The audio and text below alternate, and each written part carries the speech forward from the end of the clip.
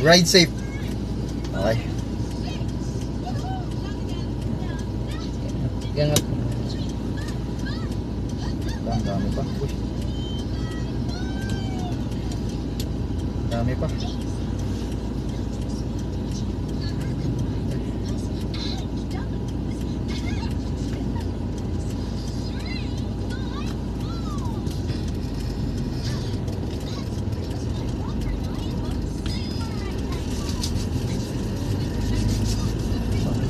Yung linya mo ah.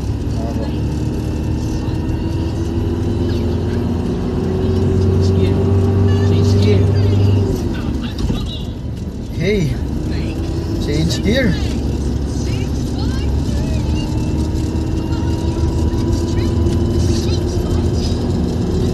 Yung tapak mo sa ano, huwag mo masyadong tapak. Pitik lang talaga. Sa, Pero naka-clutch pa rin ako kaya. yung clutch mo, gitna lang. Okay. Para hindi siya maipit.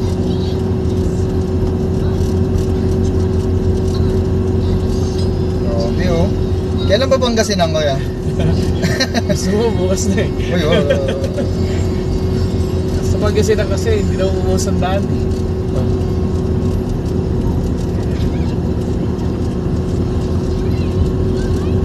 Wala ako sa linya. Linya mo po.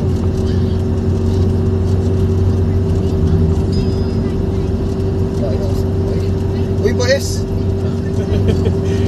Isang brake ka lang, tapak sa brake para bumagal. Ang layo. O kaya bitaw ng gas. Hindi naman ako gagater kaya. Makikita mo dito yung linya na white. Okay ba?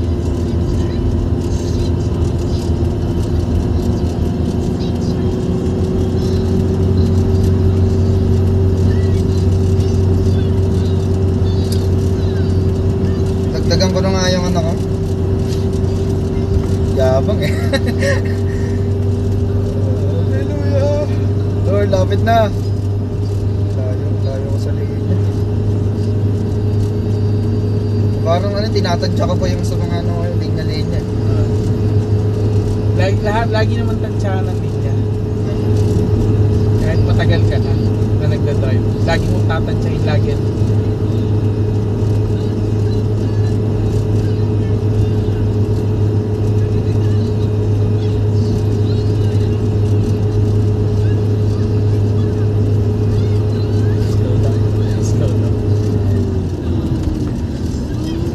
Slow down ka, brake ka ng konti.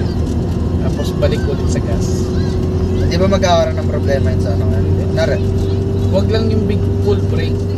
Okay.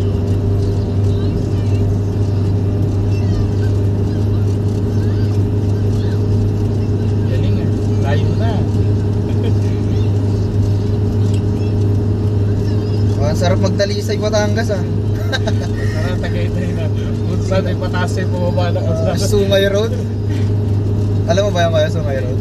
Yun yung ano, yung sa Talisay na ano, Yung tinatawag nila na ano, yung curve dinaanan nyo sa sayon. Nakakatakot.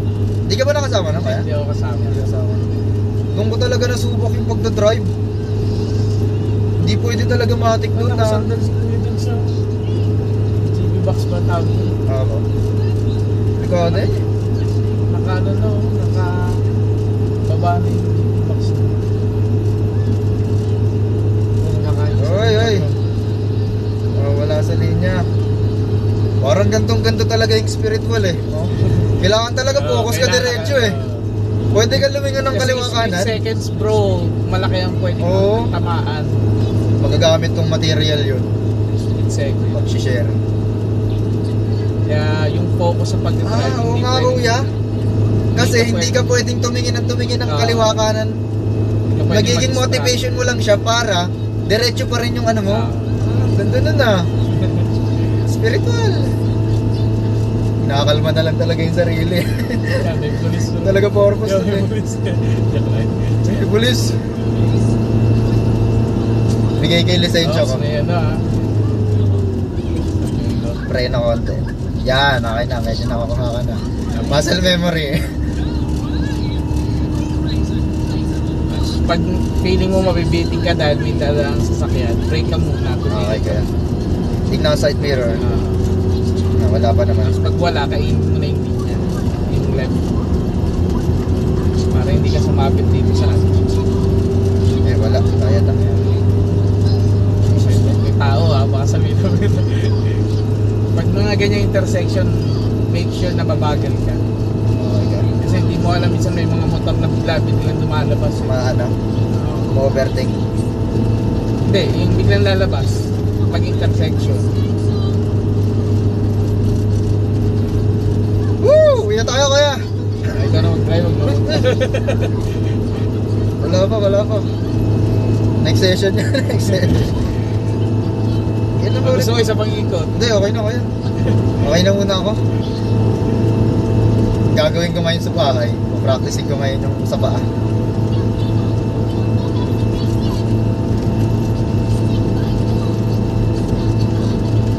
Ay, makain na ako. Dito sa ganda pa ako nalilito ako ngayon. Break ka dun sa, tigil ka dun sa bagong maganda yan. Sa may putol na puno. Yan, dito Okay. yan.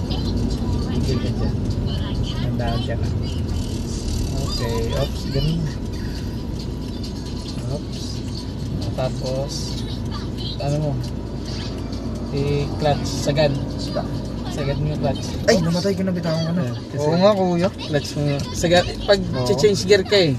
Kasi from gear, in-neutral mo eh. So, kailangan mo siyang Ang nangyari ko yun, nakaganon. Nakasagad na ako pero hindi nakasagad sa clutch. Tapos nung inaano ko na, hindi ko naman kung ginagano. Kaya ako, ang ginagawa ko, nakaangat to. Hindi ko, pag nakaganyan kasi, pigil, Para mas effective nga rin na nakaganon din ako. nakatap. Yung, Naging komportable na kasi ako eh. ganun lang. Oo, naging komportable na ako. Tapos, kapag nakatigil, huwag kang papayag. Ayan, paano naman technique ko kapag nakatigil? Ibabalik. Ay, Oops, yan. Dahil nga yung yung kalsada uneven, so lagi make sure lagi kang mag-handbrake. Ganun. Sagad pa bro. Kasi minsan make sure na sagad kasi minsan hindi ko makagat. Ayun. Ganun nga. Good job sa first time. First try.